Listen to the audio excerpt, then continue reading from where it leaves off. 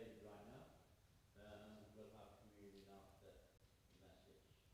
Thank you, David. Okay. Let's see if we have the magic begins. Okay, there we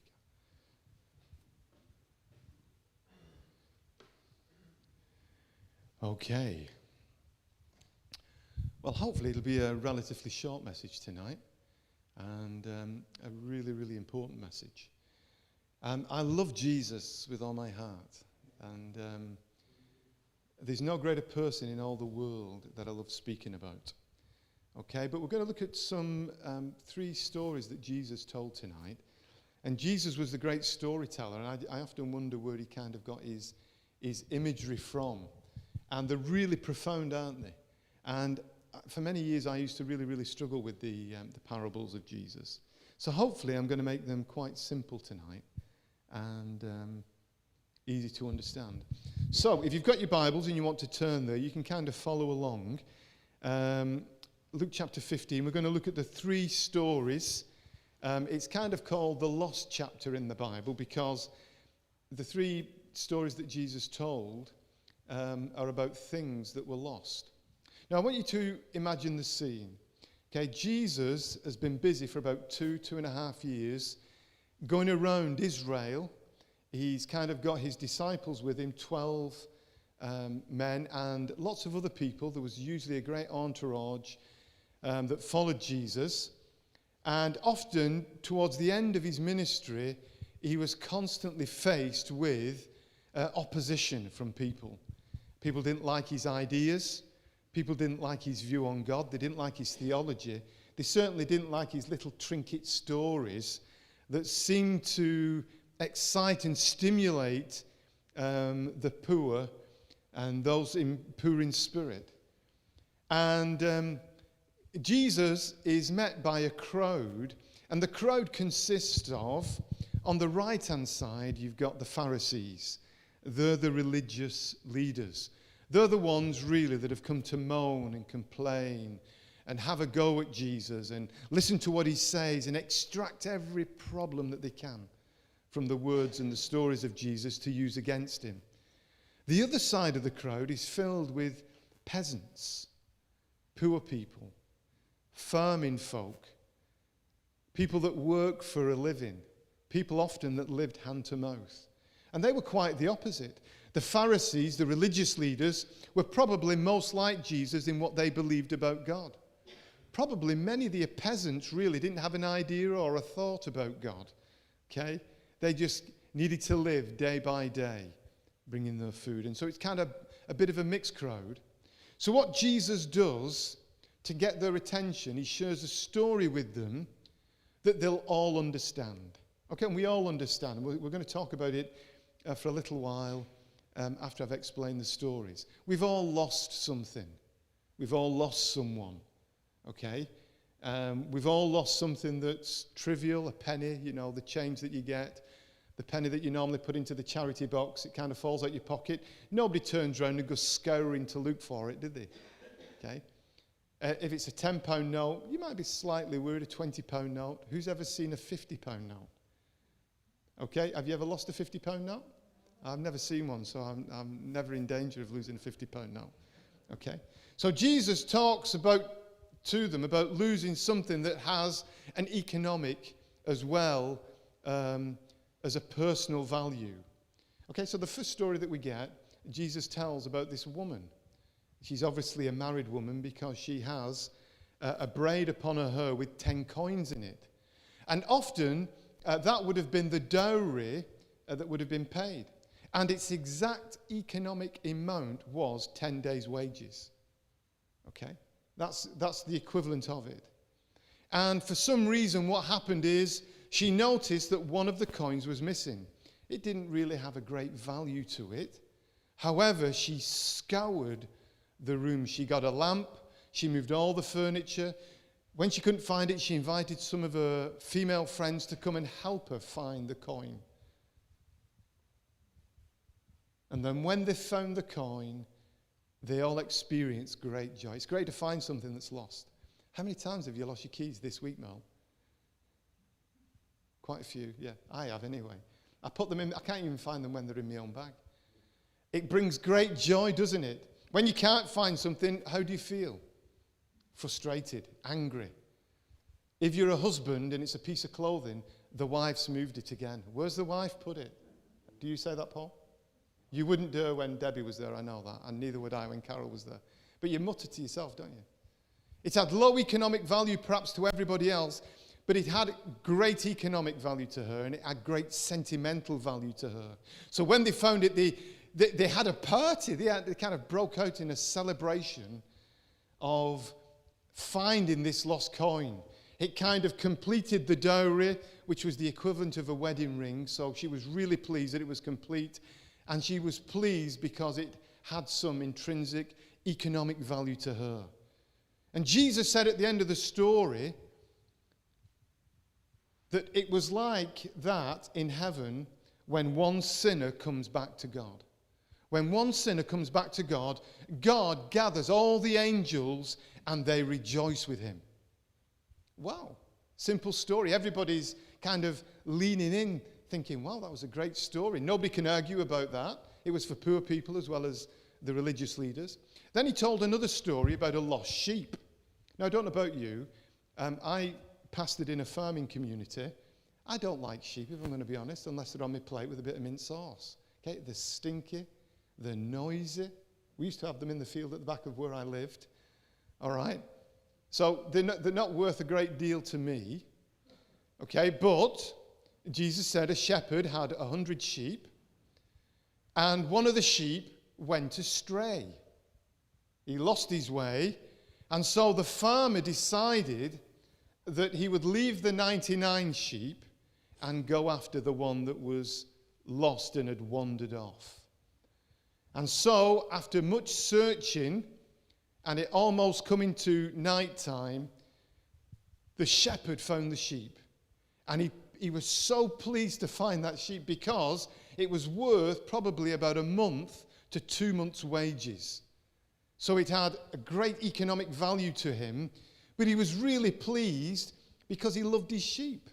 And he noticed that one was missing out of 100, and so he picked it up, he put the sheep on his shoulders, and he walked back. And then at the end of the story, Jesus said, it's like that when one sinner turns away from their sins, God and the angels in heaven rejoice with great joy. Wow. Well, the crowd were really, couldn't find any fault with the story that Jesus told. Couldn't argue or debate on anything regarding this lost sheep. And then the final story that Jesus told, we know it, the story is the prodigal son. Some people call it the story of the father's love, but it's really the story of the lost son. So we've got a lost coin, a lost sheep, and a lost son. And a great wealthy landowner had lots of sheep, lots of cattle. His youngest son came to him and said, Dad, I've had enough of this farming life. There's nothing to do round here. I want my inheritance now.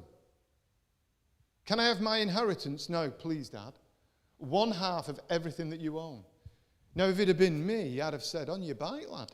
I'm not selling everything now so you can go and squander it.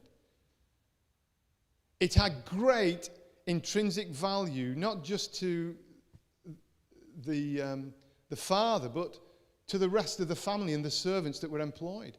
But the father took 1/2 of everything that he got, and he sold it and he gave it to his son. And his son went off, riding probably on the latest souped-up camel or horse, and went into a distant land and squandered all the money on money and women. And when the money ran out, his friends ran out, and he found himself in the pigsty, working there, so hungry, hadn't eaten for days, that he thought, wow, that pig food looks really, really good. Now, I don't know about you, you've got to be really hungry. In saying that, some people make a living, don't they, to go and getting food out the dustbins these days, at the back of supermarkets. But this wasn't anything nice that was wrapped, it was pig food. And as he's about to put his hand into the slop, he remembered, he said, oh man, he said, even my dad's servants eat better than this. I'm going to go home to my dad. Now, I don't know about you, but as a father, I'm sure he sent out search parties and people out to look for his son. I'm positive of that. But when the son decided to return, turn from his lifestyle and come back, he came close to the farmhouse and his dad saw him, recognized his silhouette in the distance along the path and ran out to greet him and hugged him. And he said, "For my son which was lost has been found. My son that was dead is alive." And the son had a speech prepared. He dropped to his knees and he said, "Oh, Dad, I'm not..." He said, "Listen, don't worry about it." He put the ring on, the signet ring, to show that he was his father's son. He got him to put on the robe, the regal robe and the shoes. No more talk about being away and coming back. You're home. That's all that's important. Now, the eldest son was a little bit jealous. He said, I've stayed here for 2 years working with my dad. And not once has my dad thrown a party. And this son of his has come back after squandering all that he's got in the worst kind of way. And he gets the fatted calf, the calf that was being saved for the special party. And so the father invited the sons to the party. The youngest son, who'd run away, didn't want to go because he didn't feel worthy. And the eldest son had a righteous indignation. He didn't want to go to the party because he was going. And so what the father did, he got the sons together. And he said, "Son, I know that you have worked hard. Your inheritance is safe." He said, "But you must remember that this son that was lost is found. This son that was dead is alive. This son who was lost is now found." And Jesus just didn't bring them into proximity together to enjoy the Father's presence and the party. There's a great old English word called propinquity. It was coined by Ian Fleming in one of the Bond novels. And proximity, you can be in close proximity to somebody, but if you've ever had an argument with your kids or your partner or your neighbour, you can be close to them but not close to them, you know what I mean? You can be close to them, but it's like that. Not talking to you. Okay. You can be in proximity with God but be a million miles away. Propinquity means that you are in close proximity but also in unison.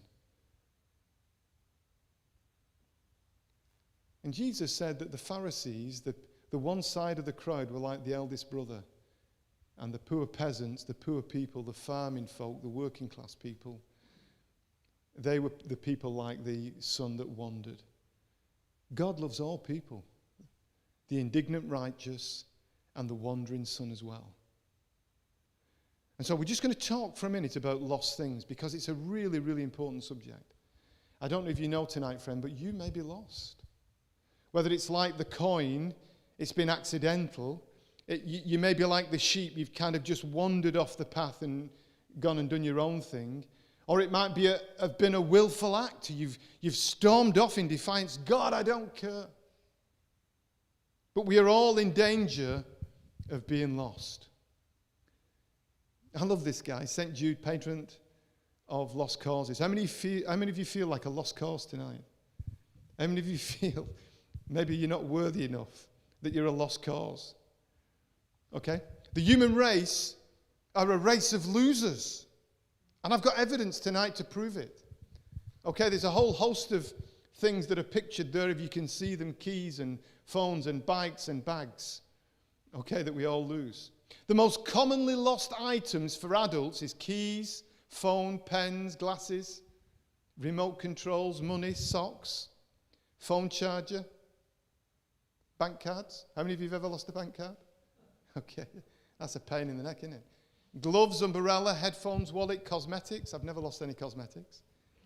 Okay, memory sticks, jewelry, diary, shoes, trainers, watch, a hat. Okay, those are the 20 most commonly lost things that adults lose. Kids, school jumper, number one on the list. usually left because it's been used as a goalpost. School boots, stationery, socks, gloves, toys, shoes, trainers, gym kit, hat, phone, jumper, cardigan. Who wears cardigans these days? It's an old-fashioned word. You wear cardigans, right, okay. School uniform items, cuddly toy. It sounds a bit like Generation Game, doesn't it? Beaker, water bottle, tie, lunchbox, glasses, T-shirt, pop, school bag, pocket money. We sent one of our kids shopping. He was only just down the road, and he went on the bus and came back on the bus and came back without the shopping. He'd left it on the bus. About 25 quid worth of shopping. How do you leave shopping on a bus? I don't know. I don't know if you notice this, but the older you get, these are some of the things that you will lose just quite naturally. Teeth. How many of you have lost teeth? Okay. Weight. Oh yeah, not many of us do that, do we? I like losing a bit of weight. I know what you're thinking. You don't need to lose weight, Dave. You're okay as you are. Is that what you were thinking? No. All right. Sometimes we can lose spirit. We can feel dejected. We can feel down. Sometimes you lose hope. Sometimes you can lose your voice, your temper, or find your temper, which depends which way you look at it. You can lose your appetite, your soul, your spirit. You can lose your life, your hair. How many of you are losing hair? Let's have a look. Okay, yeah, there's quite a few out there. Your health, your sight. I never used to wear glasses. Okay, I have to do that now if I'm looking stuff without my glasses, just to kind of get it in balance. You can lose your good looks. I know what you're thinking. Never, Dave. Okay. For you, that is, not me. Okay, you can lose your freedom. You can lose your will to live. You can lose your mind. You can lose a loved one. You lose your skin. Your skin is replaced every 7 years. About 1 billion cells every day are lost in your body, and then the body replaces them. It's an amazing thing, isn't it? We lose things without even thinking. Yes, the human race are a bunch of losers, aren't they? Really. If you go to the train station or the bus station, you'll see signs like these, lost and found. 1,500 items are lost on the London Underground every single day. 160 mobile phones every day. Can you believe that? 300,000 items are lost on the London Underground every year. 500,000 items are lost by the post office. They don't tell you that in the adverts, do they? Okay. 3,000 items will be lost by you if you live long enough. What kind of things have you lost that have been really important to you that you've got really annoyed about? You what, sorry? Bank card is just an annoyance, isn't it? I thought I'd lost my bank card and then went through all the rigmarole. 2 weeks later, I get it back in the post, and then another few days waiting for the code, only to discover it was in the pocket in my car all the time. It was hiding from me. It wasn't lost. Okay. These are some of the items that have been found and are found regularly. A judge's wig. I wonder who that belongs to. Somebody once left £15,000 on the London Underground. Wow. Why are they travelling by London Underground if you've got that much money? An urn, a carpet, umbrellas, mobile phones, a giant Spider-Man, and prosthetic legs and arms. How can you get off the train without your leg? How does that work? There's got to be something that says, I'm sure I've forgotten something. What is it now? Okay. A spur one. If you had a prosthetic leg, would you carry a spur one in your rucksack on your back? Oh, right, okay. I don't think so. What or who is the one thing you have lost that made you that made the most impact on you? What is the one thing that you've lost, or one person that you've lost that has made the most impact on you? Sorry? Life? Okay, yeah, you can lose your life. Mobile phones, it's usually for me, or a broken iPad, or something that I use every day. In 1992, I lost my youngest boy. He was killed in a road accident, 5 years old, run over and killed, completely lost, incredibly sad. But that's it. There's no way to find that. There's no way to go back from that. There are things that we lose that are quite natural, but there are just some things that we lose that have an immense impact on us. Have you ever been lost? How many of you have ever been lost, genuinely lost? Okay? It fills you with dread, doesn't it? You kind of get nervous, and then anxiety begins to, how am I going to get back? How am I going to find my way? How am I going to... Have you ever lost a husband or wife? I mean, in retail, that is, not in life. How many of you have ever gone shopping with your wife and she's gone missing? Okay? In my relationship, it would always be me that would go missing. I try and escape, and then she can't see what I'm buying. Okay? But I remember when we went... I took Carol, our little boys, and Carol's mum and dad. And Carol's dad had the onset of Alzheimer's. And he went missing. We couldn't find him. Okay? On another occasion, he was in hospital. It was December. It was about 6 inches of snow on the ground. And we couldn't find him. And he'd walked from Royal Albert Hospital in Wigan all the way to Lee, which was in the snow, in his pyjamas and dressing gown and slippers. The anxiety sets in. It's not a nice feeling. It's not pleasant at all, is it? I've lost a child. I can't imagine what it must have been like for the parents of Madeleine McCann. They're still looking for her daughter. They still have some form of hope. But it's terrible, isn't it, to lose a child, and for it, to some degree, your responsibility. It could have been avoided. I know I felt all of those feelings that the parents of Madeleine McCann would have felt. It's dreadful. Humans are losers naturally, and we just seem to have this proclivity, this intention in our lives that we lose stuff all the time.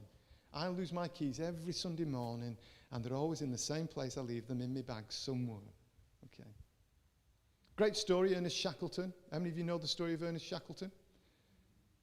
August the 1st, 1914. You've never lived. You've never been to school. Okay. He was a great explorer and was exploring the Antarctica. And he set off on August 1st, 1914. And that's his ship, which was called the Endurance. And it was the same day that World War I broke out, for the buffs in there. And that's just a picture. He set off, and it was only meant to be a few weeks, possibly a few months. He ended up being away for nearly 2 years. And the ship got stuck in the ice. They got lost. They set off on the boats. And for around nearly 2 years, trying to find... Do you know something? It's an amazing story. You can watch the film with Kenneth Branagh in it. It's a really good movie. Not one of his crew died. He was fantastic, the way that he led them and got them to safety, even in really harsh circumstances. We have this inbuilt sense of direction. How many of you have an inbuilt sense of direction? You don't need sat-nav, love, if we're going on holiday anywhere. You don't need sat-nav, love. You don't need to map it out. I know where it is. I've got like a little radar on my head. 3 hours later, okay, put the sat-nav on, love. Okay. We have an inbuilt compass, don't we? Where is north? Can anybody point to where north is now? Is north that way? That way? That way? That way? That's south. That's north. Yes, good one. Okay. Okay, all the men pointed that way. All the women pointed that way. I'm saying nothing. Keep me out of it. Okay, sat-nav or Google Maps, which I use all the time. Okay, there you go. I've got my map tracked. It tells me how many miles. It tells me the distance. More importantly, it lets me know where the speed cameras are. Okay? And when one is approaching. Okay. I don't drive really fast, honestly. Okay, have you ever been lost in the wild? Have you ever kind of been out in the wilds of Scotland and genuinely got lost? I remember when on holiday, we were in Iceland. It was really, really cold. And I was really, really scared. Until the woman said, to get out, love, you just go past the bread, turn left, and at the door. I'll wait for the penny to drop. Okay. It was a really snowy, wintry night. The sat-nav had guided me going north up the A1, and I needed to cut across and go to Carlisle.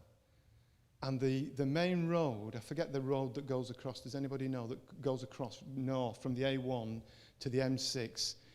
All the sat-nav was flashing, don't go, it's death, beyond this point. They don't know what they're talking about. 2 hours later, stranded in the snow, almost freezing to death. No signal at all. Somebody drove past in a Land Rover who was a doctor, and they were going to work, and he rescued me. Okay. It wasn't very pleasant because he proceeded to give me a lecture about getting lost and paying attention to the signs and the signals that you were being given. Would you believe that 2,000 people get lost in the woods every year? The first 72 hours are most critical if you ever do get lost in the wilds of Latchford. Okay? Can anybody tell me the 4 things that you need to ensure within the first 72 hours? Shelter. Sorry? Water. Okay, next. Warmth. Start a fire. How many of you could start a fire if you got lost? No, me neither. Okay, that's why this guy makes all his millions and he's on TV all the time. Bear Grylls runs survival with Bear Grylls. For bears even. I don't know why the bears signed up for this course, if I'm going to be honest. You'd think bears would know what to do in the wild, wouldn't you, really? Because we lose stuff and continually get lost, there are 1,000,001 books, apps, gadgets on helping us to stop losing stuff. Not to get lost and how to survive loss. 1,000,001 books that you can find. I just want to spend the next 10 minutes and then I'll be done, seriously. This is the important part about the message.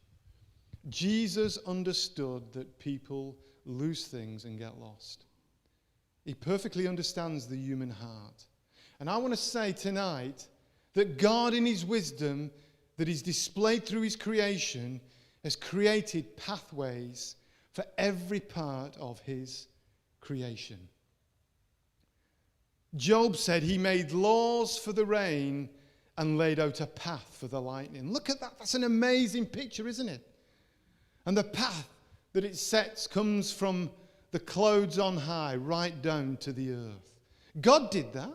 He laid a path for the lightning. Think of the constellations of the zodiac. Can anybody name any of them? Is it that long since you went to school? Taurus and Aries, Pisces, Aquarius, Capricornus, Sagittarius, the path of the sun. Think of our own solar system. They all move in absolute coordination according to the plan and the path that God has made. Just watch this video. This is an amazing video that kind of sets out the smallest planets and stars all the way through. And God sets these huge rocks in motion. He lays out their paths. It's like they're all connected, and they are really, and they're all moved and motivated by gravity. You'll recognize some of them, Mercury and Titan. That one I haven't heard of, Ganymede. And then you'll get Mars with the moons of Mars, and then Venus. And these are all to scale, by the way. And Venus is a similar size to the Earth. And God makes them move in wonderful harmony according to the paths that he's laid out for them. Look at the size of the Earth at the side of Neptune and Uranus. Does anybody know what this planet's called? No?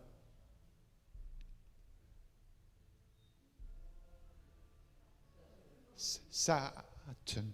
Okay? And then Jupiter. The Earth is dwarfed. And then look at our own sun in comparison to all of those stars. And God has no problem whatsoever laying out a course for them to follow. And you know something? They obey the plan and the pathway that he's set out. If you're wondering, you can fit a million Earths into our sun. 1 million Earths this size. 1 million. And our God has complete and total control over that. Think of the pathway of the animals, the migration systems. Think of the zebras and the wildebeest and the geese and even the little red crabs. I forget which island they're on now. But they all go, God has created a pathway for them. And they don't need to get out a compass or a map. They don't need to listen to the missus telling them. It's inbuilt in them. There's a pathway installed in them that guides them to the place where God wants them to go. Think of the red admiral butterflies. It's an amazing feat. If you've never watched it, please watch it. They fly from Canada to South America. It's approximately 5,000 miles, and it takes them about 5 to 6 weeks to fly there. Little, timid, Gentile butterflies hear the voice of God, and they follow along his pathway. I want to say, friends, that God knows how to build pathways. He knows how to build a road. He knows how, even in the hardest granite-like rock, to cut a road through so that people can move. This is a snapshot of my traveling over the last couple of years. I've visited 117 different places. And you can scan out in it. I've done a few places in Europe. It's tracked every journey that I've been on. How many miles, how long it took me, when I stopped, where I stopped, what I filled up with, even what I bought at the petrol station. Okay? It's an amazing, accurate, and I can kind of go into there and I can look at the times and the dates and so on. Okay? If you're a conspiracy theorist, turn away now. Okay?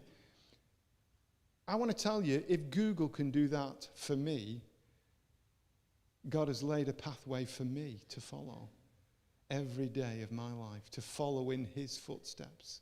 If Google know what I did last August, and I can't even remember, I want to say God knows where your feet have been. He knows where your heart has been. He knows where your mind has been.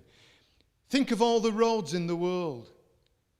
That is the statistic. There are 64,285,009 miles of road right across our planet. Can you believe that? Humans know how to build roads and paths. Okay. Today, there are 5,000 aeroplanes flying different flight paths across our world. So not just only our roads, but the aeroplanes that fly. They know how to get from point A to point B. There are 854.446 miles of train track right across our world. So next time you ask the question, are you watching The Chase? You'll know what the answer is. The world's busiest shipping lane is Dover Strait. 62,500 ships use that lane to get from point A to point B, delivering goods across our world. That is just a snapshot of all the ships that were on the sea. I think it's 2012 or something like that. The date's up there. Those are all the ships that are crossing the shipping lanes. All the aeroplanes, all the cars, all the bikes, all the walking, all the trains across our world. I was going to make it a quiz, but there's the Corinth Channel, the Panama Canal, the Suez Canal, and the Channel Tunnel. Who would have thought that men could build a tunnel under the sea in the rock bed and put a train across it and cars across it and humans across it? It's amazing what human beings have done. And yet, human beings, after all their ingenuity, after all their engineering, still can't find God. They can't find a pathway to God. They can't find a way. Where is God? How do I get to God? We've invented so many images of what God looks like and how we get there. It's become very confusing for most people across our world. So people say, well, follow whichever God you like. I want to tell you, God isn't that stupid, friend. If we can do all of those things and find our way from point A to point B using all the means of modern and ancient technology, I want to say that there is a way to God. Listen to some of these quotes that I'm going to give you now. God sits above the circle of the earth. The people below seem like grasshoppers to him.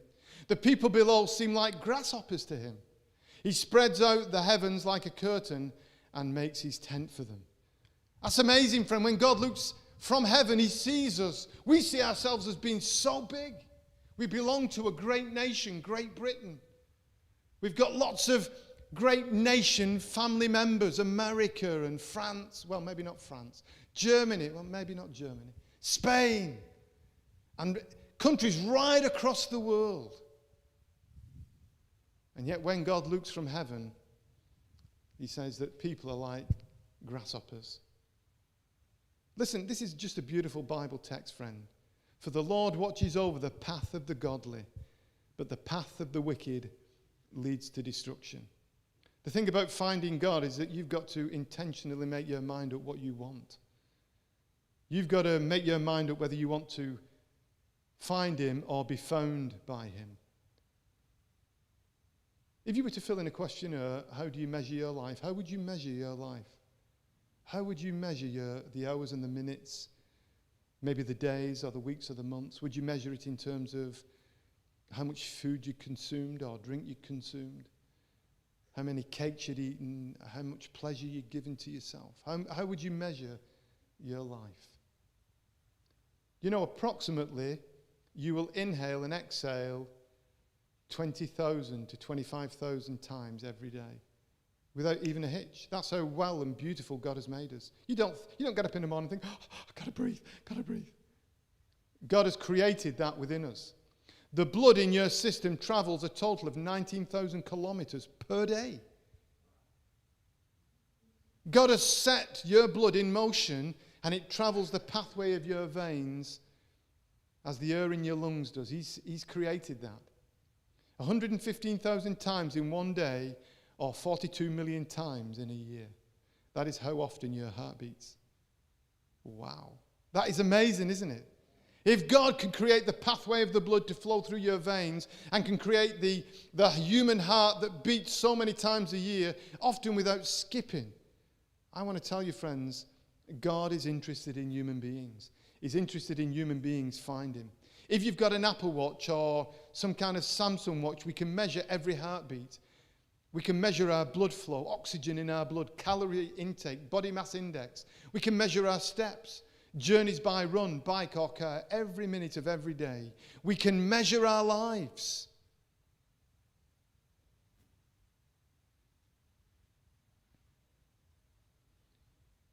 Time is life and life is time. That's what somebody once said. Do you know that in the UK, coming from the UK, particularly if you're a female, they tend to live longer than men. And there's a lesson in that, I'm sure. Okay? If you're English, you will live till you're approximately 80. Okay? And that's if you're female. It's about 76 if you're a man, because usually men get worn out before the women because of all the, you know what I mean, Paul? No, you don't know what I mean. Okay. It is being recorded, by the way, so be careful what you say. It may be taken down and used in evidence against you. Okay. Listen to some of these amazing statistics on how we measure our life.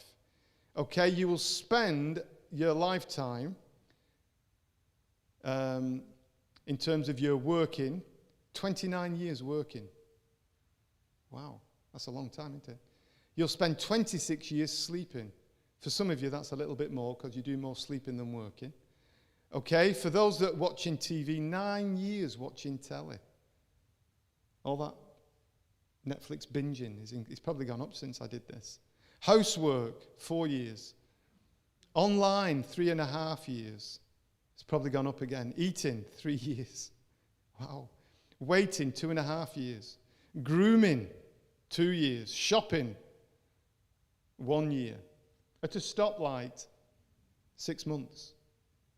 Kissing, 0.04 or 350 hours. I don't know where that statistic's come. And then at the end of your life, you're left waiting for God. The life that we have, however we measure it, if we measure it in minutes or seconds, minutes, days, months, years, life is very, very short. This was a poem written by James Orchard Owley Wells. Solomon Grundy, born on Monday, christened on Tuesday, married on Wednesday, to kill on Thursday, grew worse on Friday, died on a Saturday, buried on a Sunday. That was the end of Solomon Grundy. Okay, life is very short, friends. I remember being 16, vibrant, full of life, looking in the mirror, not one wrinkle, not one grey hair. Okay? And I looked fairly fit, healthy, young and vibrant. When I look in the mirror now, I see me dad. And I'm beginning to see me granddad now. Okay? That's why I've got a pair of glasses that kind of blur that for me a little bit. Life is so short, friends. The travel through life is so short. It speeds up with a pace. You'd think the older you get, the time would slow down. It doesn't. It increases in pace. So why, friends, why do we spend all of our lives on a path that leads to the grave and do nothing about it? If you go on holiday to Spain, you take out insurance. Okay?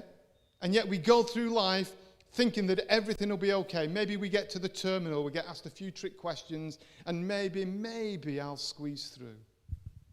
Psalm 14 verse 12 says, there is a path before each person that seems right, but it ends in death. Jesus said, narrow is the way that leads to life. Broad is the way that leads to destruction. I want to tell you, friends, if you do not know Christ tonight, if you do not know God, if you're not on the pathway to knowing God, if in your heart you are not seeking the life of God, I want to tell you, friends, there's only one way which you will end. I want to encourage you tonight, make your way to the Lord. There's only one way. His name is Jesus. You might say it's impossible, Dave. If only I knew who God was or where he lived. Maybe then I could follow the compass. Yes, God has given us a compass, friends. It's called the Bible. And I'm going to finish with this good news for you tonight, friend. You don't need, in one sense, to look for the pathway apart from looking to the person of Jesus. God has made a pathway to you. God has stretched out from the heavens to the earth like the pathway of that lightning. He has made a way directly to you. Listen to the beautiful words of Jesus when he said, for the Son of Man came to seek and to save that which was lost. And you, friend, tonight are lost. It doesn't matter whether it's accidental. It doesn't matter whether you've strayed off the path. It doesn't matter whether you've willfully walked away, deliberately decided not to follow God. I want to say, friends, that you are lost. Listen to the words that God speaks. I am the Lord who opened a way through the waters, speaking of the great Red Sea, making a dry path through the sea. I called forth the mighty army of Egypt with all its chariots and horses. I drew them beneath the waves and they drowned. Their lives were snuffed out like a smouldering candlewick. But forget all that. It's nothing compared to what I am going to do. For I am about to do something new. See, I have already begun. Do you not see it? I will make a pathway through. You see, friends, Buddha said, I can see the way. Muhammad said, I can show you the way. Confucius said, I know of a way. Only Jesus said, I am the way. He said, I am the way, the truth, and the life. No man comes to the Father but through me. Your ears will hear him. Right behind you a voice will say, this is the way you should go, whether right or left. And I want to say, friends, tonight, of all the things that we lose, of all the times we've got lost, spiritually, there's never been a more important moment for human beings in the history of our world. Lots of people are lost. They've no idea where God is. They've no spiritual direction. I want to say that the signpost is clear. Jesus Christ is the way, the truth, and the life. And God is speaking to you tonight. He's calling you tonight. He's saying, I have made a pathway directly to you tonight. And that pathway is Jesus. He is the way. Walk ye in it. Don't listen to your own wisdom, friends. Don't listen to your own cleverness. Don't listen to your own arguments or debate. For who is wise enough to understand all this? Who has been instructed by the Lord and can explain it to others? How am I lost? Well, it doesn't matter, friend, whether it's accidentally, whether it's straying off the path or willfully walking away. God is saying, I have made a way to you through my Son, Jesus.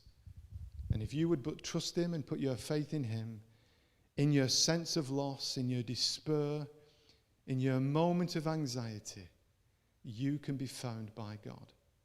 And it's only a prayer away, friend. It's only a prayer away. It's a simple prayer. Dear God, I am lost. I realize that Jesus is the way. Please find me. SOS. Save our souls. with every eye closed, please, and every head bowed. I do want to make an appeal tonight to everybody. Every eye closed, please, and every head bowed, please. Thank you. I live in Fleetwood. It's got at least 3 lighthouses. People that ignored the lighthouse usually ended up shipwrecked in the rocks or on the beach. Jesus is teaching us that our lives will end up shipwrecked if we ignore the light, if we ignore the signs. And I want to appeal to you tonight, friend. You may never have given your life to Jesus. You may never have even thought about it, but somehow, some way, God has spoken to you tonight, and you feel that you want to walk in the way of God. You want to follow God. There's something burning inside you. And I want to appeal to that sense of burning, that sense of desire. And if you want to pray that prayer, then just say it after me as I pray it now. Father, I recognize that I am lost. Send Jesus to find me now. Save my soul. If you've prayed that prayer with deep respect and reverence, and you've called out to God tonight with every eye closed and every head bowed, I just want to ask you to raise your hand to indicate to me and me alone, to say, yes, Dave, that's me. I want to be found. I'm so tired of being lost. I'm so tired of going my own way. I'm so tired of all the mistakes I make and the words that I speak and the things that I do and the messes I get myself into. Please, Jesus, I want to be found tonight. If that's you, I just want you to very simply lift up your hand and say, Dave, please continue to pray for me. I want to be found by you.